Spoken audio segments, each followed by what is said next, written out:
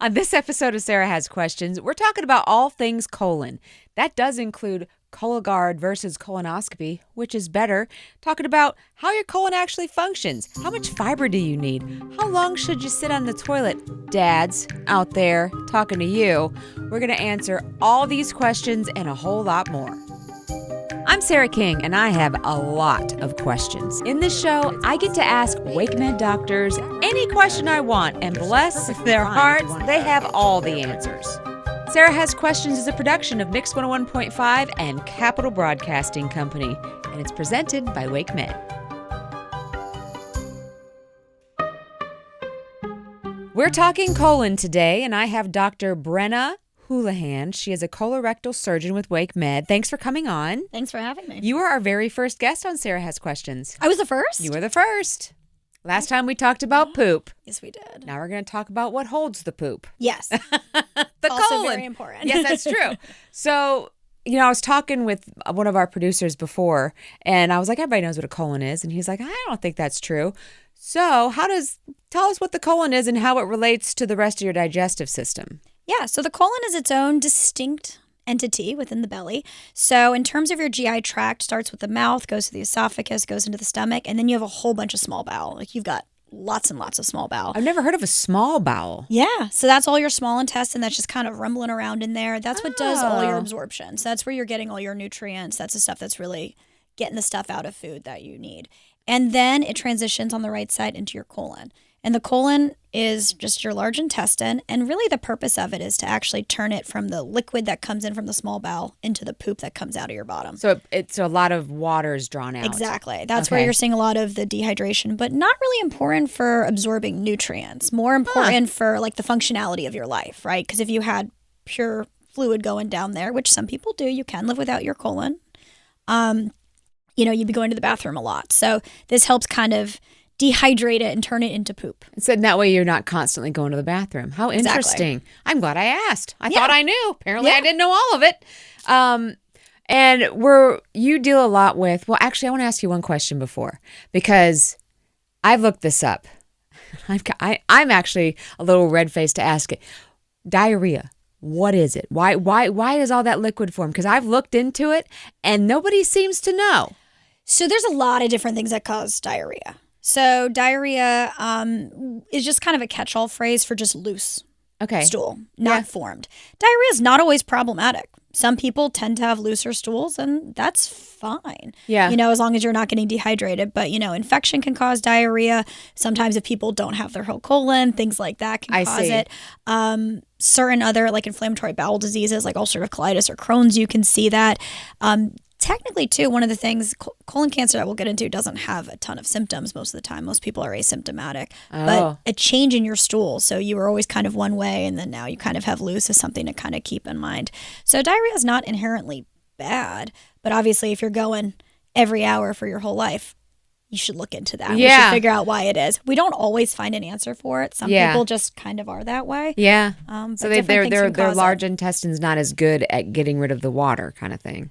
Yeah, essentially. Okay. Or something's causing it. There's a couple different diseases that can do it, or different bugs. Like obviously if you get a GI bug sometimes. Ugh, the worst. The worst 24 hours worst. Always. You're like, God, I hope this passes. Yeah. All right, let's move on to colon cancer. Yeah.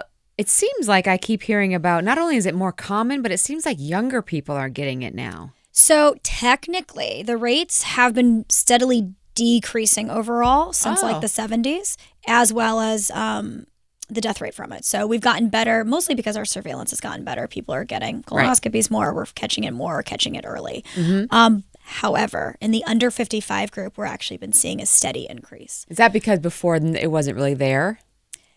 Yeah, that's a thing. It's likely that, it just wasn't really there. Now we're just seeing it kind of go up, and especially rectal. So kind of the left side of the colon. Do we have any idea why it's happening? There's so much that goes into it. There's a couple identifiable things that we sort of know can make you a little bit more likely to. Okay. Obesity can lead to it a little bit more. Smoking can add to it. Processed meats, potentially red meat. There's some stuff coming out with that. Certainly like low fiber, certain vitamins too. All of that makes you a little bit more likely to get it. I think a lot of it does come down to sort of poor stooling habits overall and constipation. I think, Unfortunately in this country, we don't have a lot of fiber in our diets. Fiber is so important. It's so important, and people tend to be a little bit more constipated. So I do think that part of it's going to come down to kind of what's sitting in our colon. Got it. And a mix probably too with like the bacteria that's in our colon and all of that. So a lot more needs to kind of get research to figure out exactly what it is that's causing it, but it's certainly quite disturbing. Yeah, absolutely. Yeah. So you mentioned that colon cancer tends to be asymptomatic. Most of the time it is. Yeah, so do I get screened? When do I get screened? What are my guidelines? Screening is the best thing you can do. It's one of the few things that we have in all of medicine where we can actually prevent cancer. And so we should do this. We should do it. Right. It's a no-brainer, really. So the rules now have kind of changed recently. It used to be at 50, and now they're kind of slowly working their way down. So if you have no symptoms, you're a regular risk person, don't have a high, family history of it, don't have other diseases that would make you get checked earlier, it's 45. Okay. If you have a first-degree relative, though, so a parent or a sibling, it's either 10 years before the age that they were diagnosed. So if they were 40, then you'd get it at 30, or at 40, whichever comes first. So we're seeing these ages kind of drop for it because we're seeing that rise in the under 55 population. Yeah, that's the fact that it's and what is a screening exactly? Is that a colonoscopy? So very important question, and one of the things that hopefully the industry doesn't get mad about, but everyone should be getting colonoscopies unless there's a very good reason for you not to. Why would the industry be mad at that? Because Cologuard is very well publicized as the alternative. Well, I mean, that's a company, not the industry. That's true. Yeah. Not so that's my a big industry. difference. That's capitalism talking, honey. Yeah. So, but let's talk about it because a lot of people are doing this. I mean, it would be nicer to poop in a box than have to poop your brains out for like 24 hours and then get a camera shoved up your bum. Super convenient. Right. Totally agree. Yeah. The problem is with things like the FIT test or looking for blood or Cologuard is that it's waiting for a problem. It's waiting for there to either be a polyp or a cancer. And the difference between that and a colonoscopy is with a colonoscopy, you can remove the polyps before they ever turn into anything. Yeah. So on these colonoscopies, we're taking out these tiny little polyps sometimes. That easily would take years for it to show up, right in the box.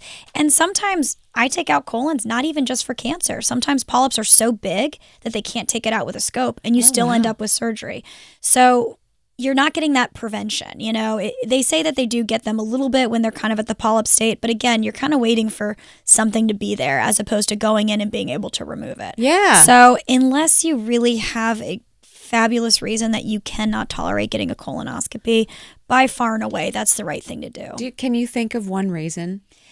Some people that are really sick and that the anesthesia of it would really be dangerous for them. That's fair. Yeah, or certain ages. At a certain age, we kind of stop doing colonoscopies as much. So sometimes we'll use it a little bit if there's some concern. But in somebody that's young and healthy, or even not even that healthy and kind of middle age or a little bit older, definitely a colonoscopy is the way to go because it gives you all your information. It's preventative. And it's not that bad. I mean, the day before, they aren't. It's not fabulous. Mostly, I was just really grumpy because I was so hungry. Yes. But you get to take a great nap under anesthesia. Such a great nap. And you feel like you lost 5 pounds by the end of the day. I mean, yeah, the rest of the day was like lovely. You get the day off of work, Yeah. So it's one of the few instances where you can kind of boots on the ground look at your body. Yeah. Like get in there and have a look. You can't, I guess you could do it with a heart, but like it'd be really invasive and the cardiac caths. They don't just do it willy-nilly. Yeah, exactly. All right. Speaking of symptoms, can your poop tell you anything about the health of your colon? Certainly. So, everyone's bowels are different. Okay. And so I always try to be very careful about like what normal is, because what's normal for one person might be different. Is the bowel the same thing as a colon? Bowel is kind of a catch-all between the small bowel and the large intestine. Gotcha. Go ahead. So sort of like all of it, and the way that it works together is so different person to person that, as usually if it's not causing you too many problems, it's probably okay. But certainly avoiding constipation is really important. Okay. I think, stool sitting in the colon is the cause of a lot of the problems we have. That pressure leads to diverticulosis, which can lead to diverticulitis, can cause hemorrhoids and fissures, and obviously, and I think it probably leads a bit to colon cancer as well. Yeah. So having good transit through the bowel is just really important. Definitely looking for changes. So you always have been this way, then suddenly it's different. You never had constipation, now you're having really significant constipation. Or the opposite, diarrhea can also be a telling sale. And then bleeding as well, of course. Well, that was what I was going to ask. Can the color of your poop be an indicator? Color, I don't get too excited about because some people have different ones, but obviously if it goes from looking kind of, it'll be a little bit variable, but let's say you start having black stools, obviously we worry about blood for that, or bright red. Sometimes too, if things get really clay colored, that can actually be a problem with your gallbladder and actually your pancreas and things like that. So certain really to the extremes of colors, but otherwise you'll see variations between some green, some brown, from day to day that I don't get too excited about unless it seems goes to something basically more what stark. I'm hearing from you, and that's, granted, if you eat beets, get ready. It will change drastically in a short time. Yes. I called a very handsome, brand new friend of mine, nurse, whenever I ate beets once and was embarrassed, but he told me I was fine. Yeah, and actually Pepto-Bismol will turn your poop black. Oh, didn't know that. Yeah, that also startles a lot of people. So I would say, would it be safe to say, like, if it changes and it holds that change for a few days, but it's still a drastic change? That's something that you can have things to talk about. Exactly. Okay. All right. So I wanted to talk about fecal transplants. I watched this show on Netflix called Hack Your Gut. Have you seen it? No. It's not. I'd say it was about a year ago at this point. It's back in the belly of Netflix somewhere. It's one of their documentaries. And the last scene in that documentary will haunt me for the rest of my life. However, it probably wouldn't for you given your occupation. But there's explain what a fecal transplant is and why somebody would, the reason I brought that up, they talk about it in that documentary, why someone would do it. So I think this is fascinating. We're now getting into my, I love it. So our microbiome, which is the bacteria that we have in our colon, is insanely important. Insanely important. And it's becoming more and more known. Yes. The problem is it is just so complex. So right now, we're still doing so much research to try to figure out, really how to manipulate it. But you'll see these studies that they do in rats where they'll cure Crohn's by changing the bacteria in the rat's gut. And it's amazing. It's wild. So we're obviously very far away from knowing how to kind of manipulate it. But the idea with fecal transplant is essentially saying that you have a deranged microbiome. Let's give you somebody's sort of regular gut flora to try to have it overtake yours. Right. And it's there's not a ton of use of it currently. Do I think that the future is hopefully going to kind of be more like that, kind of saying, okay, well, let's see what you need, right, and kind of then transfer that into you. Where we will see it, though, is treatment of something called C. diff. C. diff is a bacterial infection that can happen in your colon, causes a lot of diarrhea. Okay. Can be a big issue because it can cause a lot of abdominal pain, and it can make your colon get very big and need emergency surgery and very unfun things. But usually it's just causing a lot of diarrhea, and it can be hard to treat. So we do use different antibiotics to kind of help treat it, but for some people it becomes very refractory and just keeps going. So it can be very, very tough. And one of the ways that we have found that's actually very effective is a fecal transplant. Well, that's interesting. I find it interesting because in that documentary, this woman, she had a very, as you called it, deranged microbiome, and she did a fecal transplant with her boyfriend, and she developed the same kind of depression symptoms he had, and she developed acne like he had, and as soon as she stopped the transplant, all that went away. Yeah, it's very interesting. It's definitely, I'm very pro it. I find it, yeah. But you got to figure out the right way to do it. And obviously you can transplant dangerous bacteria to somebody too. So there is a balance. Well, and there's so many different bacteria out there. So how on earth are you going to be able to catalog it? There are millions of them. Right. So it's I think we're a long ways off, but certainly at least with C. diff, it has shown a lot. It's quite effective. Okay. I'm keeping watch on that ever since that documentary. Yeah. The last scene, though, all I got to say is Tupperware. Woof. All right. How long, I'm changing. We're just going to take a quick right turn. How long is too long to sit on the toilet? And this is for everyone who hides from their children. Yes. So do you know, so what I say for you should not be spending any time on the toilet. And the reason why is your anus is below the level of your legs. So it's actually increasing your anal pressure, which is what leads to hemorrhoids and all of that. Oh. So you really don't want to be doing that. So really you should feel like you need to go to the bathroom, sit down, and you should go to the bathroom quickly and really be off the toilet within a couple minutes. Ideally cleaning with a bidet. That was my next question. Always. Okay. And we'll delve into that in a second. Okay. I'm excited. It should be quick and off the toilet. You should Okay. not be seen there. What I tell parents, because like we get it, I mean. Oh, it's your only safe space. And Yeah. it isn't even really your safe space because your kid's knocking on the door. So I say you got two options. Either have another chair in there or just put the seat down and just sit on the seat. Yeah, just Literally just sit on the closed toilet seat. yeah. Hang out there for a little bit. What do you think about squatty potties? Great. They're fabulous. They help kind of arrange your body. You can do kind of like a poor man's squatty potty too. If you put like a little wastebasket under your feet and kind of prop your feet up I use and a kind of lean stool. forward. Yeah. Like the stool my son used to use to brush his teeth. I just Totally. never got rid of it. Yeah. It works perfect. It does it's work basically the perfect. same thing. And Yeah. you already have it. I already bought it. Okay, so let's talk about bidet versus The best. toilet paper. Yeah, bidets are the best. So bidets just are so effective at cleaning. It's way more hygienic. And more importantly, it's keeping you from all the wiping. One of the things that people do is they're so concerned about, cleanliness back Sure. there, which, understandably, poop smells. Yeah. We don't want it hanging around our bottom. And it's itchy. I was going to say, and more importantly, it irritates the skin. It can cause itching. It can cause fungal rashes. So you really do want a good clean. So most people are sitting there and they are just wiping. And they're hard. They bottoms. wipe it hard. Right. And that can cause any crack in that skin. You'll get basically like diaper rash. You'll get like a fungal infection. So it can cause a whole lot of issues. Okay. Now, obviously, usually even with a bidet, you usually still need a swipe or two, for being Yeah. honest. But it's significantly decreasing that. And more comfortable.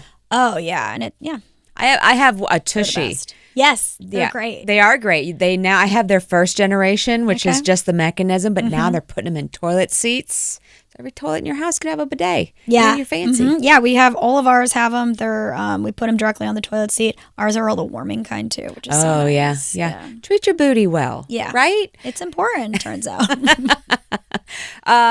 Okay, so you kind of just answered this. Is there a correct way to poop? Posture, timing, etc. So you're saying fast. Yeah, no straining. So it should be, and so bowel regimen is kind of the most important thing. Kind of getting back to the fiber thing. I think everybody in the world should be on fiber powder. Like Metamucil powder, psyllium husk, or Benefiber. Because what it's going to do is it's going to help kind of bulk together bowel movements so things pass more easily. Okay. So really it should be like you feel like you need to go, you sit down. It should just easily come out. You feel like you empty, clean with the water, and get off. All of that should really only take a couple minutes. Okay. What do you think about probiotics? I like probiotics, obviously kind of getting back into the microbiome. Like obviously we know it all kind of comes back to your gut bacteria. Where I get a little stuck with probiotics is there's a bazillion of them. And I kind of don't know what your gut needs, right? Because I don't have your gut mapped. So I'm very pro probiotic, but I also say to my patients, I'm like, I don't really have a specific one I feel like I can tell you is the right one because until we kind of have the way to sort of test it. Yeah. But certainly I'm not anti it for some people. It helps a ton. Yeah. And ultimately, hopefully we'll be able to kind of like map everyone's microbiome. Sure. And then say, oh, this is the right probiotic for you. So like you could literally just start testing out strands if you wanted to go down that road. Yeah, to see usually what very works. safe, yeah. Yeah, because it can't hurt. Coffee. Is it a hero or is it a villain? I think it depends more on how it affects you. I think I don't hate that it helps people poop sometimes because, well, people need to be pooping better in this country. Yes. So do I think you should also take your fiber? Yes, for sure. I don't think you should just rely on the coffee. But, most people, if it bothers your stomach or some people have sensitivity on their bottoms will get, sore with like the acidity to it. So if it bothers you, don't do it. If it doesn't bother you, I think it's fine. What about alcohol? Alcohol, everything in moderation for sure. But, there have been some ties to it being a higher risk for colon cancer. Now, do I think that the research shows that you shouldn't, that Drink it all, yeah. drink it all? No, but, they have shown that excess of it can affect. And it will affect sometimes your stooling habits, of course, too. So for some people, it can constipate. For some people, they will have more diarrhea. Sure. So. Well, I've also heard that when you drink it, it kills your microbiome. It probably affects it to some degree. And You're not again, I sure. think more of it is that I think everything affects your microbiome. And then, That's true. it's things kind of just sitting in there, the mix of stuff. So I think, everything with some degree of moderation is best. Okay. Fill in the blank. Your colon wishes you would stop blank. Eating low fiber diet. And just quick refresher, what's a low fiber diet? Just give me an example. So really just avoiding like roughage. So, if you're avoiding like fruits and vegetables, also it wants hydration. So drinking a lot of water and then getting rid of those processed meats, plus or minus probably decreasing the red meat. Okay. All right. Last question. What's something women specifically overlook when it comes to colon health? I think that women are used to dealing with a lot of discomfort in general. Yes. And so I think pain gets overlooked a lot by women. I honestly, I think everybody has a little bit of irritable bowel syndrome, but, a lot of symptoms that women have, get very kind of quickly dismissed as, IBS. Yeah. And there is a huge connection between our brains and our gut. And I mean, I know for myself too, if I'm anxious, certain things happen or not, So I think one of the things is, if something really does seem wrong, addressing it and getting it looked at. Yeah. Don't just say, it's just, it's just my time of the month. Yeah. I just learned so much. I hope you guys did too. Get that colonoscopy. Don't mess around with that Cologuard. It's better to look and see before things get bad. Thank you to Brenna Houlihan for coming on the show today. Appreciate your time. And if you have any questions, you can go to WakeMed.org. And if you have any ideas for a podcast or any questions for me, you can always find me on Instagram, Sarah Has Questions. And until next time, guys, drink more water and eat a lot more fiber. Take care, guys. See you next time.